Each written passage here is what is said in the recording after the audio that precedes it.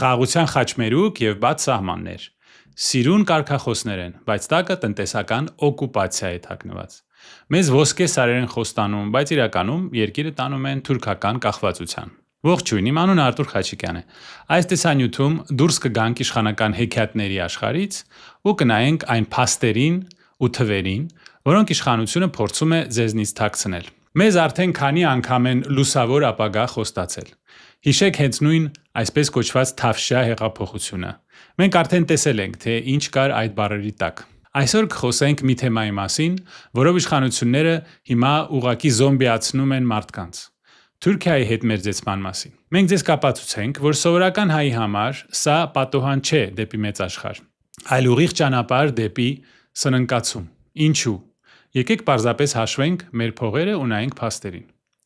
Որքան մոտենում են ընտրությունները, այնքան շատ գեղեցիկ խոսքեր ենք լսում Նիկոլ Փաշինյանից։ Նոր դարաշրջան, խաղաղություն, տնտեսական թռիչք։ Վարչապետը վստահ է, որ սահմանների բացումը մեր փրկությունն է, բայց արդյոք դա իրականում այդպես է։ Եկեք մեկ րոպե պատկերացնենք, որ սահմանը բաց է։ Ինչ ենք տեսնելու առաջին հերթին։ Հայկական ապրանքների հոսք դեպի Եվրոպա, թե էժան թուրքական ապրանքների հոսք, որը կխեղդի մեր խանութները։ Անկարան կբացի մեր առաջ իր նավահանգիստները, թե կփակի դրանց հենց առաջին քաղաքական սկանդալի ժամանակ։ Եվ այսպես այսօր մենք կհաշվարկենք այն մերձեցման իրական գինը, առանց քաղաքական կարգախոսների, միայն փաստեր եւ տրամաբանություն։ Եկեք սկսենք Հայաստանի եւ Թուրքիայի միջև առևտրից։ Երբ քաղաքական գործիչները խոսում են համագործակցության մասին, ամենից հաճախ օգտագործում են փոխադարձ առևտուր արտահայտությունը։ Հնչում է գեղեցիկ եւ տրամաբանական։ Երկու երկրները փոխանակվում են ապրանքներով, յուրաքանչյուրը շահույթ է ստանում։ Երկու տնտեսություններն էլ աճում են։ Բայց ինչ է կատարվում Թուրքիայի եւ Հայաստանի դեպքում։ Դա հասկանալու համար բավական է նայել ընդամենը մեկ գրաֆիկի։ Վերջին տարիներին Հայաստանի եւ Թուրքիայի միջև ապրանքի շրջանառությունը աստիճանաբար աճել է։ 2024 թվականին առևտրի ընդհանուր ծավալը գերազանցել է 336 միլիոն դոլար։ Առաջին հայացքից սա տնտեսական հարաբերությունների աշխուժացման նշան է։ Բայց Հայաստանի եւ Թուրքիայի դեպքում անոմալիա ենք տեսնում։ 336 միլիոն դոլարի առևտրաշրջանառությունից գրեթե 335 միլիոնը բաժին է ընկնում թուրքական արտահանմանը դեպի Հայաստան։ Այսինքն թուրքական ընկերությունները Հայաստանում վաճառում են իրենց արտադրանքը՝ տեքստիլ, սարքավորումներ, մետաղական կոնստրուկցիաներ, կենցաղային տեխնիկա եւ այլ ապրանքներ։ Իսկ հայկական արտահանումը Թուրքիա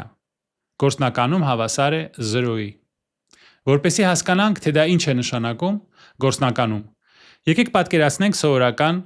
կենցաղային մի իրավիճակ։ Պատկերացրեք երկու հարևան։ Նրանցից մեկը ամեն օր մյուսին վաճառում է մթերք, կահույք, կենցաղային տեխնիկա եւ հագուստ։ Իսկ երկրորդ հարևանը նրան գրեթե ոչինչ չի վաճառում։ Երբեմն այգուց մի երկու խնձոր է բերում եւ դրանով փոխանակումը ավարտվում է։ Որոշ ժամանակ անց առաջին հարևանը հարստանում է, իսկ երկրորդը գնալով ավելի ու ավելի կախման մեջ է ընկնում նրա ապրանքներից։ Ճիշտ այսպիսի տեսք ունի Հայաստանի եւ Թուրքիայի միջև այսօրվա առևտրային կառուցվածքը։ Սա իրավահավասար փոխանակում չէ։ Սա առևտրային հոսք է մեկ ուղղությամբ։ Սա չի կոչվում համագործակցություն։ Սա ֆինանսական օկուպացիա է։ Թուրքիան վաճառում է, մենք գնում ենք։ Եվ այսպես արդեն շատ տարիներ, նույնիսկ առանց բաց սահմանի։ Կարող եք պատկերացնել, թե ինչ կլինի, երբ սահմանը պաշտոնապես բացվի։ Թուրքիան կլցնի մեր հանրապետությունը իր էժան արտադրանքով, իսկ դա կհանգեցնի մեր տեղական արտադրողների սննկացմանը։ Մենք պարզապես չենք կարող մրցակցել Թուրքիայի հետ գնի հարցով։ Նա միշտ կհաղթի արտադրության մեծ մասշտաբների շնորհիվ։ Բայց ապրանքաշրջանառության հետ կապված իրավիճակը միայն այսբերգի գագաթն է։ Եկեք նայենք Փաշինյանի եւ նրա թիմի եւս մեկ նախաձեռնությանը։ Այժմ կան պայմանավորվածություններ Վրաստանի տարածքով ուղիղ ցամաքային առևտրի վերաբերյալ, առանց սահմանի ֆորմալ բացման։ Մեզ դա մատուցում են որպես մեծագույն նվաճում։ Եկեք հասկանանք, թե իրականում ով է շահում։ Ըստ փորձագետների գնահատականների, լոգիստիկ նման բարդությունները մոտ 10-ից 15% են ավելացնում ապրանքի գնին։ Եթե նոր սխեման աշխատի, թուրքական ընկերությունները կկարողանան խնայել այդ գումարը։ Առաջին հայացքից կարող է թվալ, թե սա ձեռնտու է նաև հայ գնորդներին։ Չէ՞ որ ապրանքները կեժանանան, բայց այստեղ հարց է առաջանում։ Իսկ ինչ են ստանում հայ արտադրողները։ Գործնականում ոչինչ, որովհետև հայկական ապրանքները թուրքական շուկայում շարունակում են բախվել լուրջ արգելքների։ Մաքսային ընթացակարգերը մնում են բարդ։ Որոշ բեռներ կարող են ուշանալ կամ հետ վերադարձվել։ Որպեսզի հասկանանք, թե ինչպես է աշխատում նման համակարգը, կարող ենք պատկերացնել սովորական մի շուկա։ Պատկերացրեք մի շուկա, որտեղ մի վաճառողը կարող է ազատորեն զբաղեցնել լավագույն տեղերը, դնել մեծ վաճառասեղան եւ վաճառել իր ապրանքը։ Իսկ մյուս վաճառողին ամեն անգամ ստուգում են, ստիպում են սպասել, երբեմն նույնիսկ թույլ չեն տալիս մտնել շուկա։ Ֆորմալ առումով շուկան բաց է բոլորի համար, բայց գործնականում կանոնները տարբեր կերպ են գործում։ Ճիշտ այսպիսի տեսք ունեն առևտրային հարաբերությունները, երբ մի տնտեսությունը զգալիորեն ուժեղ է մյուսից։ Թուրքիայի հետ հարաբերությունների կարգավորման կողմնակիցները եւս մեկ արգումենտը դա ներդրումների հոսքն է։ Ըստ Հայաստանի կառավարության ներկայացուցիչների, սահմանի բացումը կարող է ավելացնել ներդրումային հոսքերը մոտ 20%-ով։ Առաջին հայացքից սա լավ նորություն է թվում։ Ցանկացած տնտեսություն ներդրումների կարիք ունի։ Բայց կարևոր է տալ մի պարզ հարց, իսկ ումից են լինելու այդ ներդրումները։ Ներդրումները պարզապես փող չեն։ Դա ձեռնարկությունների, հողատարածքների, ենթակառուցվածքների, էներգետիկ օբյեկտների գնում է։ Եվ եթե հիմնական ներդրողները դառնան թուրքական կամ ադրբեջանական ընկերությունները, դա կնշանակի, որ հայկական տնտեսության զգալի մասը աստիճանաբար կանցնի արտաքին կապիտալի վերահսկողության տակ։ Ֆրանսիայի հայկական կազմակերպությունների համակարգող խորհրդի նախագահ Մուրադ Փափազյանի հաշվարկներով Երևանի հետ հարաբերությունների կարգավորումից հետո Անկարային պետք է ընդամենը 2.5 միլիարդ դոլարներ դնել Հայաստանի տնտեսության մեջ, որպեսզի լիարժեք վերահսկողություն հաստատել Հայաստանի տնտեսության վրա։ Հասկանալու համար, թե ինչպես է դա աշխատում, պատկերացնենք մի փոքրիկ քաղաք։ Այդ քաղաքում կան մի քանի խանութներ, սրճարաններ եւ արհեստանոցներ։ Դրանց տերերը տեղի բնակիչներն են, բայց մի օր քաղաք է մտնում մի խոշոր կորպորացիա։ Նա ավելի շատ փող ունի, ավելի շատ հնարավորություններ եւ կարող է բիզնեսի սեփականատերերին շահավետ գին առաջարկել։ Որոշ ժամանակ անց խանութների մեծ մասը արդեն պատկանում է նոր ընկերությանը։ Քաղաքը կարծես թե զարգանում է, հայտնվում են նոր ցուցանակներ, նոր ապրանքներ, բայց որոշումները արդեն տեղացիները չեն կայացնում։ Երկրի տնտեսության մեջ նույն բանն է կատարվում, եւ հարցը միայն ներդրումների մեջ չէ,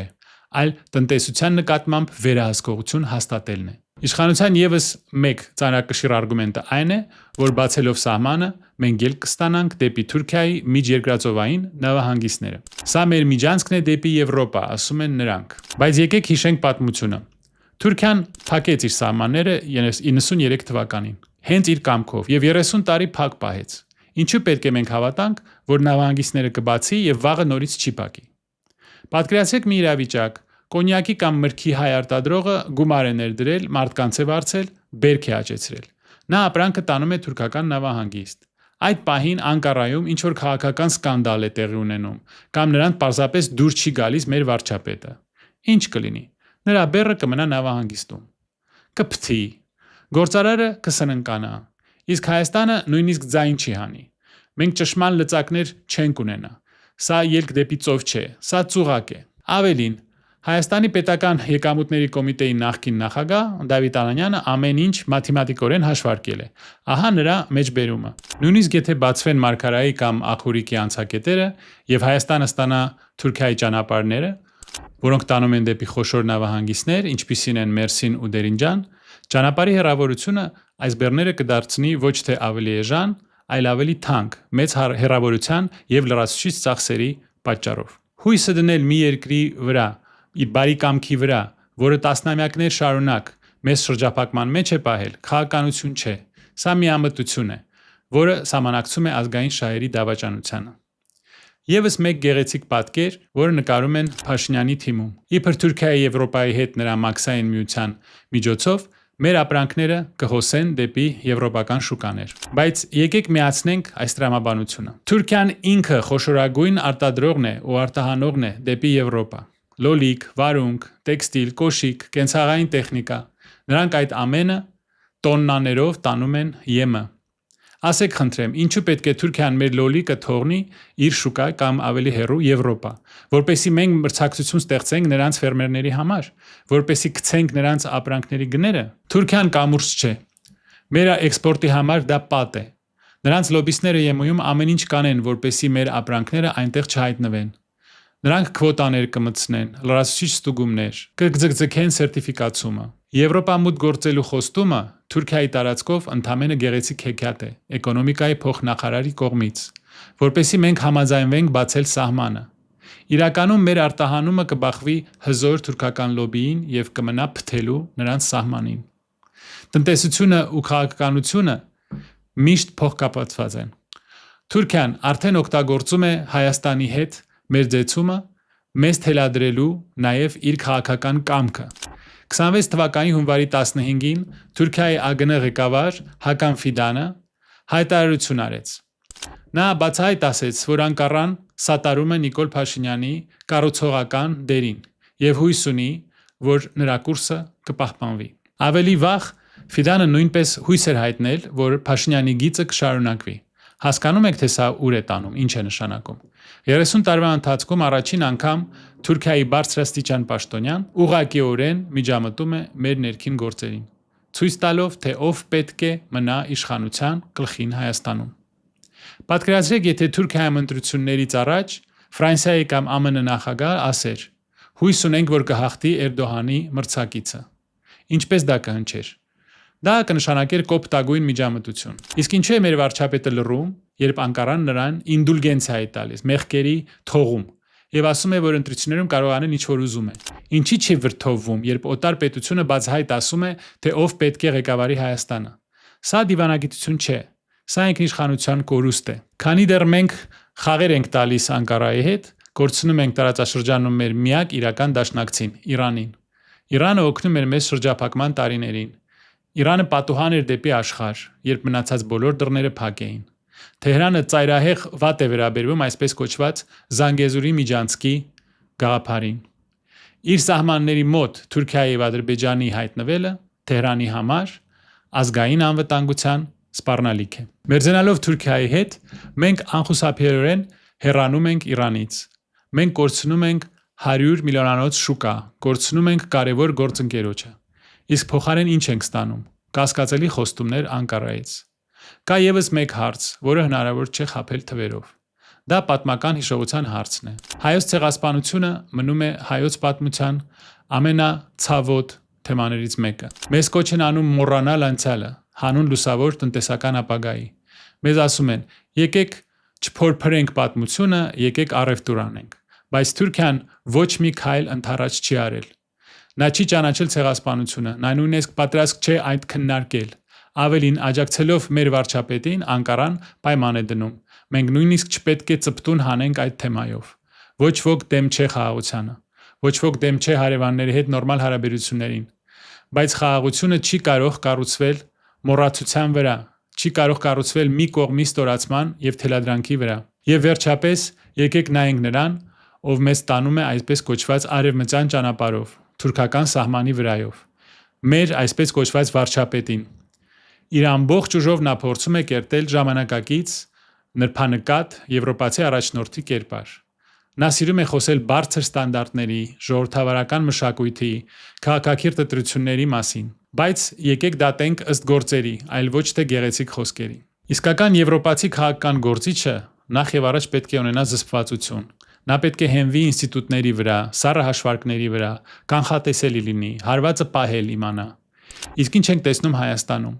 Մենք տեսնում ենք մի մարդու, ով բացարձակապես չի վերահսկում ոչ իրեն, ոչ իր էմոցիաները։ Թերթեք նորությունները։ Լրագրողները պարբերաբար գրում են նրա նյարդային պորտկումների եւ էմոցիոնալ պայթյունների մասին։ Տեսախցիկները անընդհատ ֆիքսում են, թե ինչպես է այսպես կոչված վարչապետը խորհրդարանի ամբիոնից անցնում գորգորոցի։ Հիշեք համացանցը շրջած այն կադրերը, որտեղ նիստերի ժամանակ նա չի կարողանում զսպել էմոցիաները, սկսում է բառից բուն իմաստով ցնցվել ու հիստերիկ գորգորալ։ Քաղաքակիրթ եվրոպական բանավեճի փոխարեն լրատվամիջոցները ցիտում են ընդդիմախոսներին ուղված նրա սպառնալիքները, պատերով տալ, ասֆալտին փռել եւ բացահայտ վիրավորանքներ, տեղդ նստի աննորմալ ոճով։ Միթե այսպես է իրեն պահում եվրոպացի առաջնորդը։ Իրականում նա այս կերպարի լրիվ հակառակն է։ Նա փորձում է վաճառել եվրոպացի ղեկավարի կերպարը, բայց իր հակակերպարն է ստանում։ Ճգնաժամային իրավիճակներում նա ծայրահեղությունից ծայրահեղություն է ընկնում, կայացնում է միանգամայն իմպուլսիվ որոշումներ։ Իր ներքին քաղաքական դիմախոսների վրա նա գոռում է, բայց միևնույն ժամանակ լռում է, երբ օտար պետությունը նույն Անկարան բացահայտորեն ցույց է տալիս, թե ով է պետք մնա իշխանության իր սեփական երկրում։ Այս ցուցադրական, այսպես կոչված եվրոպական ֆասադի հետևում թաքնված է խորը անվստահություն, թուլություն եւ քաոս, եւ հենց այդ էմոցիոնալ անկայունությունն է մեր երկիրը դարձնում այսքան խոցելի։ Ինքներդ ձեզ մի հարց տվեք. ինչպես կարելի է վստահել բարդագույն աշխարհաքաղաքական բանակցությունները կոշտ, սառնասիրտ եւ զգուշ թուրք դիվանագետների հետ։ Մի մարդու, ով ի վիճակի չէ տիրապետել անգամ սեփական նյարդերին, տեսախցիկների առջև։ Պատմությունը շատ օրինակներ գիտի, երբ երկրների միջև տնտեսական համագործակցությունը բարգավաճում է բերել, բայց գիտի նաև այլ օրինակներ։ Երբ չափազանց արագ մերձեցումը հանգեցրել է կախվածության, Հայաստանը իրավունք ունի խաղաղության, Հայաստանը իրավունք ունի զարգացման։ Այսօր մենք ընտրության առաջ ենք կանգնած, դառնալ ուրիշի տնտեսական նախագծի մի մաս, որտեղ մեզ պայմաններ են թելադրելու, թե պահպանել մեր ինքնիշխանությունը, մեր հիշողությունը եւ կառուցել հարաբերություններ, որոնք կլինեն իսկապես իրավահավասար։ Սխալի գինը այժմ պարզապես հնայի աճի կամ անկման տոկոսները չեն։ Սխալի գինը մեր ապագան է, հայ կոչվելու մեր իրավունքը։